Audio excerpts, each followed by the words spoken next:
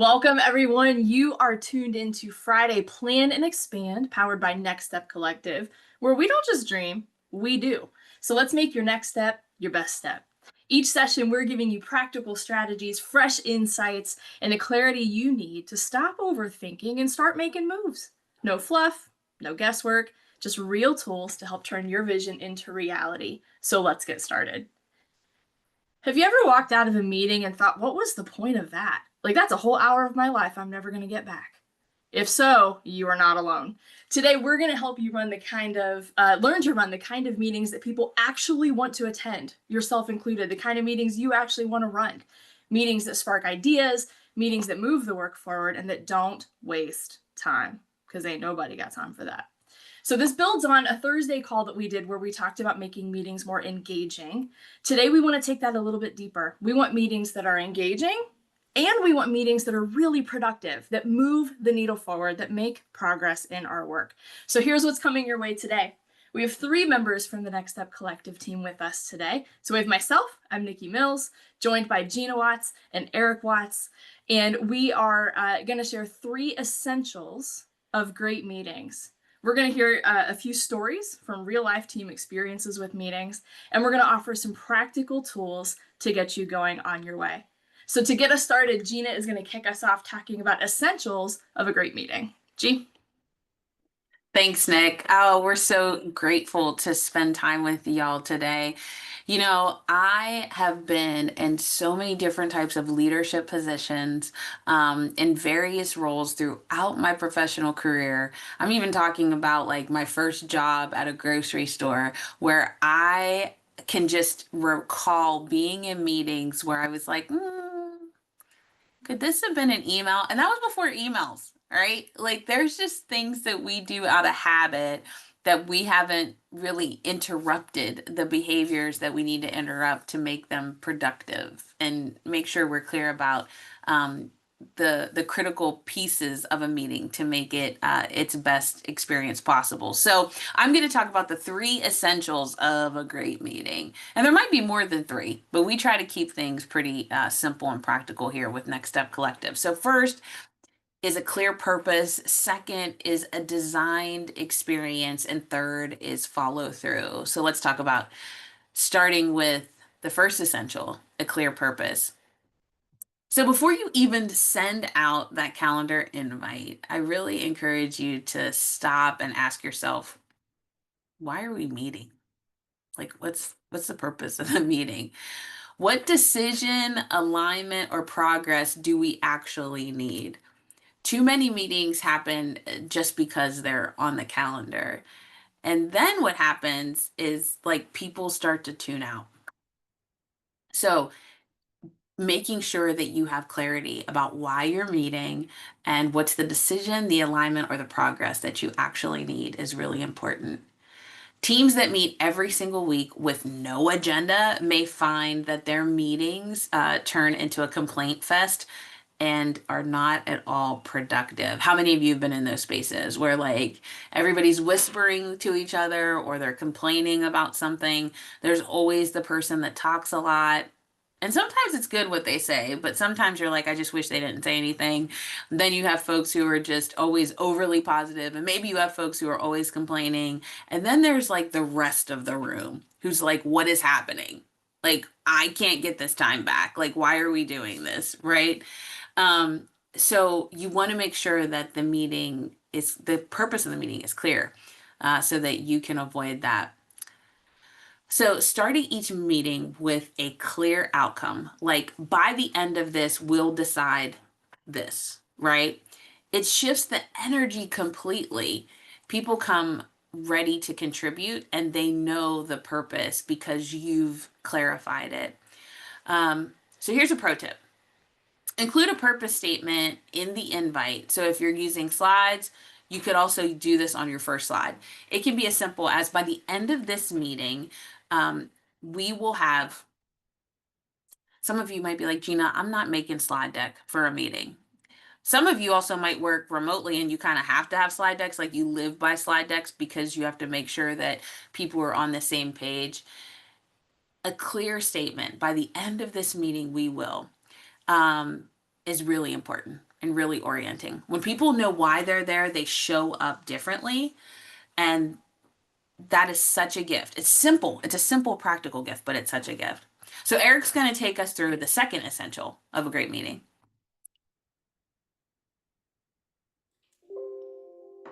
All right. Can you hear me all right?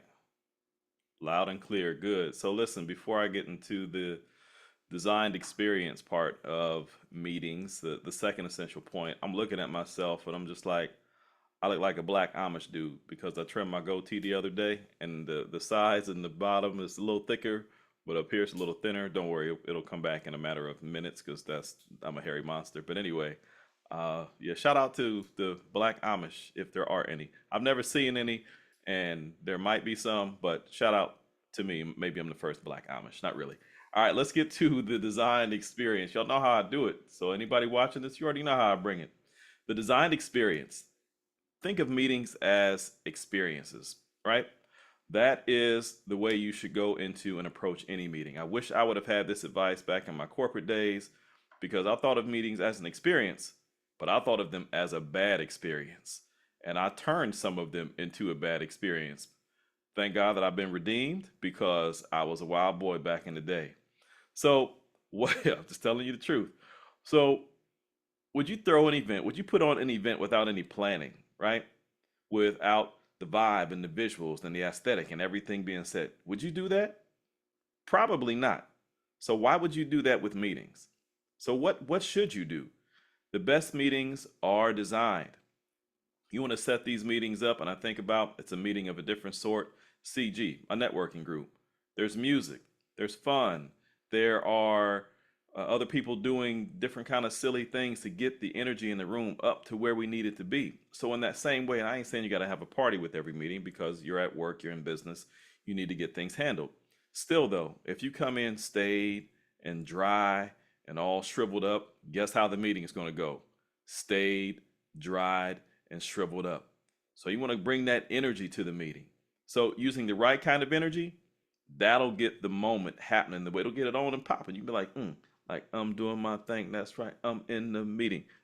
If you dance like this, it will be cool, right? That's like some, yeah, there it is, robot. Boom, get it, get it. Vogue, vogue on them, vogue on them, vogue on them, vogue. That's how we do. That's how I do. I'm the crazy when I'm like from the south side of NSC. That's what the S is for, south side. I bring that crazy stuff. So let me give you a quick example. So I walked into a meeting on a Monday. It's like, and I say that makes me think about Office Space. Someone's got a case of the Mondays. The lady who says that. Shout out to Office Space. You probably want to watch that. Maybe you don't want to watch that because you might quit your job because you'd be like, yo, this is real life.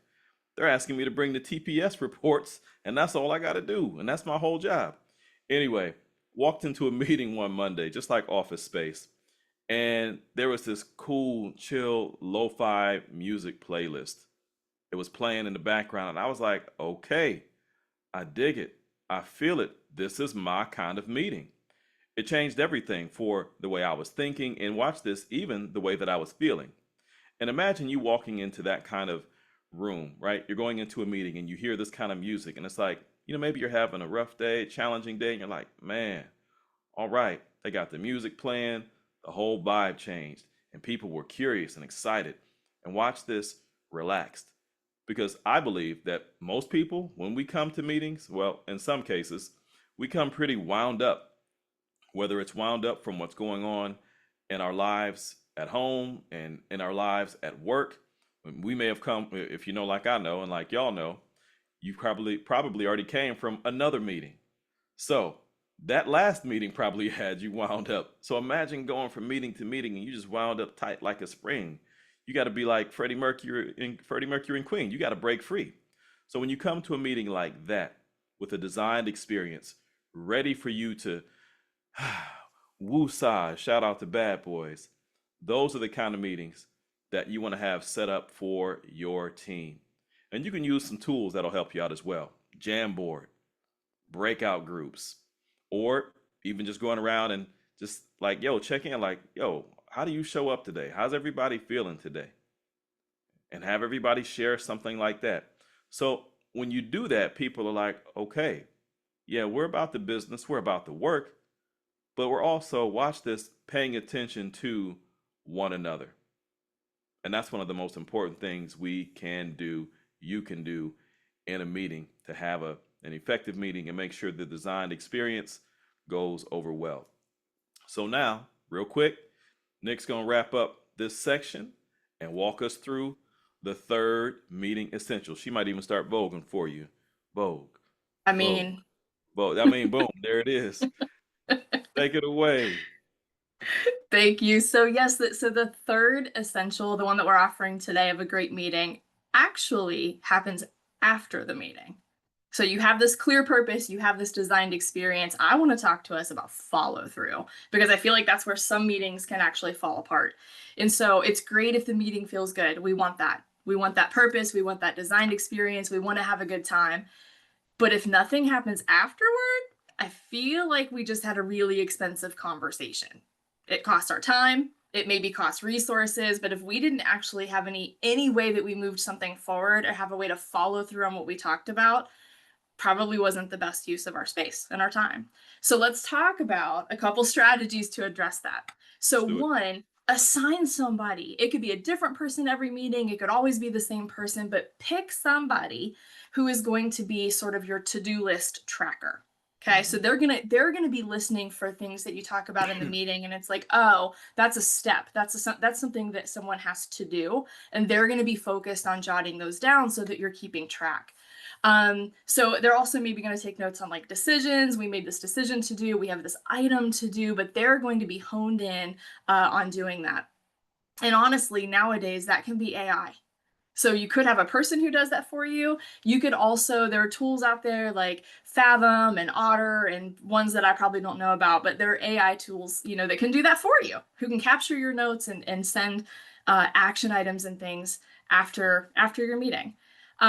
A really important thing to do is for all of those items on your to-do list, also make sure you're assigning clear owners and clear deadlines. Because it's great to have a to-do list, but if nobody knows what they're responsible for and when they're responsible for it, it's still going to fall flat.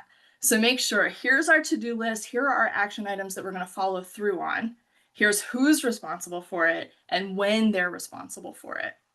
Another great tool to help with that follow through is to have a shared space where you're keeping track, whether it's a spreadsheet or like a Notion calendar or just a live doc that you have shared where everybody has access. Make sure that you can see where those items are, send them out, and make sure everybody knows how to access those and to see progress. And a way that you can be sure that you do this is something that our team does, is build this into your agenda. Like save the last 5 meetings. It doesn't take a super long time. Save the last 5 minutes of your meeting to recap. Hey, here's what we talked about today. Here are the things that we said need to be done. And just clarify it before you walk out of the room.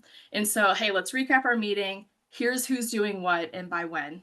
And again, I share that our team does this, and having that regular rhythm has really increased our accountability and remembering like, oh yeah, I want to be able to go to the meeting and say I did the thing I was supposed to do. So keeping that in front of you can really help that culture of accountability. It's been really helpful for our team. So just remember, great meetings don't necessarily end when you hang up from the Zoom call or you walk out of the room. They continue meeting to meeting with that follow through. So make sure you're working that in. It'll help with your productivity. And also, great meetings have to have great facilitation. And so Gina's going to talk to us about some facilitators toolbox items that will help us do that as well. Thanks, Nick. I'm sure there's some of you on here that are like, I do all those things. Like, I have a clear purpose. I'm pretty good about design. I make sure there's a great experience, and I even have a plan for follow through. Like, you're already acing it. But there's a lot of you on here that are like, I think I do those things occasionally, or maybe I don't do all 3 of them every time, or I didn't even realize I needed to be this intentional with meetings. I just thought it was a function of my job and something that I need to do. Friends, the thing of it is like you need all 3 of those things happening.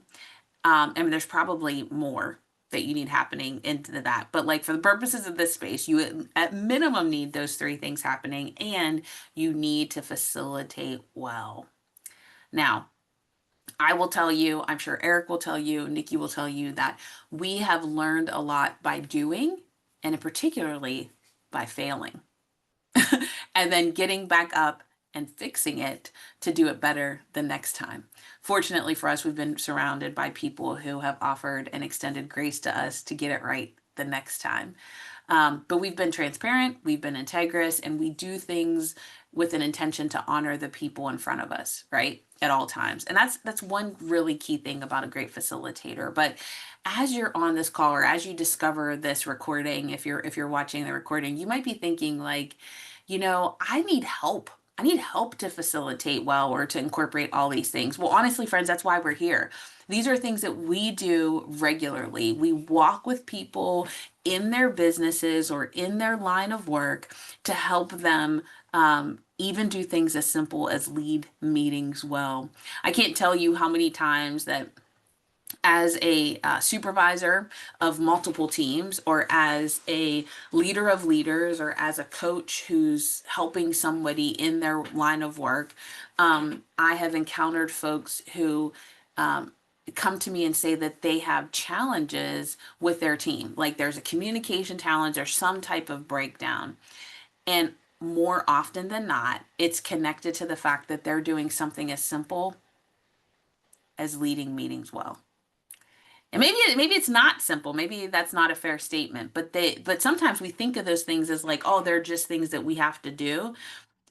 I cannot tell you how important meetings are and how they can be transformational if you do them well to your culture. The culture of your organization, if people know they can depend on you to tell them with transparency what's going on, appropriate transparency, what's going on, and keeping them in the loop, if they know that they can depend on you, that their time is valued and the space that they give you to lead them will be honored, if they know that you as a leader are going to show up incredibly well, even in a space as mundane as a one-on-one or a weekly team meeting, they will show up incredibly well and with a desire to serve above and beyond what's expected of them, because that's what they want to do, because they know they can depend on that from you. So if you need help figuring that out, please don't hesitate to reach out to us. Next Step Collective's here to serve you and to help you reach those goals. But here's a few things that you should have in your facilitator toolbox that will help keep your meetings focused and engaging. So one, a way to do this is, my husband says this all the time, delegate to elevate. Rotate who facilitates. Let different team members lead. There is incredible ways to do that are also simple. They have incredible impact, but they're simple ways to do that. You could have a calendar. You could just have a schedule, and people know ahead of time that they're going to be the person that's not up next to facilitate. I think it's really important that you prepare facilitators. You don't just like say, hey, surprise, today you're going to do it. Not everybody can show up well when they need to pivot very quickly. But rotating facilitators, it empowers the person who's leading. Now they're in a space where maybe they don't always get to lead or share. You're empowering them. You're helping them practice a behavior that you ultimately want them to do ongoing. Having been a leader of leaders for a while now, giving people space to practice the behavior that you want them to do, that you want them to emulate in rooms that you're not in, right? So if I'm leading leaders, that means that all of my direct reports are supervising other people. So the behavior that I want them to do is going to happen in spaces where I'm not in. So how am I going to get to see that? I can't go to all of their meetings. You know what I can do? I can let them practice in my meeting, right? So rotate who facilitates. Time box your sections to keep things moving. Allow yourself space and time, but also make sure that you're honoring that time. So a former mentor of mine used to call his agendas a TikTok. Now, TikTok means something totally different now, but he would have an agenda, and line by line, it would have an exact amount of time that each thing was dedicated. And I have used that ever since the first time he showed me it. So have a timed agenda. Show a visual agenda up front. So for some of you, you're like, oh, I like to talk though. That's kind of like a contract. That's a promise that I might break. Well, the more that you demonstrate this behavior of like, I'm going to honor everybody's time, and the more that people see that up front, the better it is for all of you, because now they know they can come in, there's a clear plan, there's a designed experience, and you're able to achieve your goals. And also you're creating like this effect with your culture, right? You're creating a tangible experience of integrity, of honoring folks, because you're gonna keep to your agenda. Use a parking lot to catch off topic ideas and come back later. I cannot remember for the life of me who taught me that, but I have taught everybody else it that I've ever met since then. Nikki's laughing because I used it probably the first or second meeting I ever had in the work that we did together. And parking lot is a wonderful thing. And all it is, you can do it in person or you can do it virtually. I think you should do it in a way that's physically engaging. And what I mean by that is don't just metaphorically tell people, hey, put that in the parking lot. We'll talk about it later. I think you need people to behave in a way that they're writing out their idea and they're putting it somewhere so that you can go back to it later. So in person, a way that you do it is you always have Post-it notes with you and a marker. And you just have people write their thought on the parking lot and they go physically put it on a wall. And that wall is the parking lot. It's good. It's a good behavior. It's a good practice. You can also use it in workshops or anytime you're facilitating. And you have to remember to go back to it, though. You have to remember to go back to the answer. So even if you don't answer it in real time, you need to answer it at some point within a period of time. So you can make a commitment of within 24 hours or I'll get back to you within a week, but you have to answer whatever was in the parking lot. Okay? Otherwise, it doesn't really work. And it's not really a parking lot. It's a graveyard. It needs to be a parking lot, right? And then finally, one of my favorites is build in a minute of a silent thinking time before a big decision. Also could be called like a pregnant pause. I started practicing this, in interviewing. So one of the things I've done for a long time is career development. And even to this day, when I'm interviewing people for positions, I always tell them, okay, I asked you that question. You can take time to think about it. I am not nervous about your ability to answer me. You can take time. It's okay. Like, I give you permission. Because sometimes when we're in an interview and we're like nervous and excited, we want to say a whole lot of things and we think we have to fill the dead space. Pause and to think. The same principle is true when you're facilitating a meeting. It's okay to be quiet for a second. You can tell people, you know what, I need to think about that. Give me 1 second. That was awkward, huh? But it's necessary. Be quiet, think, and let the words come to you that you need to come to you. I really encourage you, friends, like, don't underestimate these simple tools. Like, some of the stuff you're like, oh, it's such common sense. But isn't it funny how common sense isn't always common? And it's like me saying it this way or NSC sharing it with you this way becomes revolutionary. And you were like, I already knew this, but I might have just got out of the habit of doing it. So, work out ways to do more visuals in your meetings so that you can hold yourself accountable as well as your team. Be engaging as much as you possibly can because it's important. I don't think meetings need to be entertaining or edutaining, right? But I do think they need to be engaging. You want people to show up well, so you need to show up well. Working with teams through this model, it's helped people be more efficient with their teams. They cut their meeting times in half. They were able to just produce the results that they were looking to produce or make better decisions because they had the process and the systems in place to navigate problems together incredibly well. One of the things that Nikki and I in particular have done together is adopt traction. And one of the things that we are so grateful for from that experience is we understand the efficiency and necessity of meetings. And we've been able to help others adopt some of those key principles from Traction as well. So if you haven't heard about Traction before, look it up. Gina Wickman. It's pretty awesome. All of these things add up to be big things, right? These small things add up to be big things. So make sure you use your toolbox because the room will respond to you well. I'm going to hand it off to Eric now to tell us what's next and wrap us up. All right, time to round third and head home. So you got to remember 3 things make up great meetings: clear purpose, designed experience, strong follow through. Clear purpose, designed experience, strong follow through. And it's not, remember, meetings aren't just about hosting meetings or having a meeting. We've all been to enough meetings to say, I've been to enough meetings and I don't need to go to many more for the rest of my life. Having meetings, hosting meetings is great. For you, though, as a leader, it's about leading meetings. It's about you leading that meeting and leading any meeting that you're in with intention and purpose. All right? So, clear purpose, designed experience, strong follow through. You, leader, lead those meetings.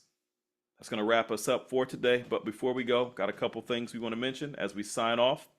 One, if you enjoyed any of what you heard today, and I know you did, because that's just we lovely. We got skills and we lovely people. We good people, right? Like, subscribe, share.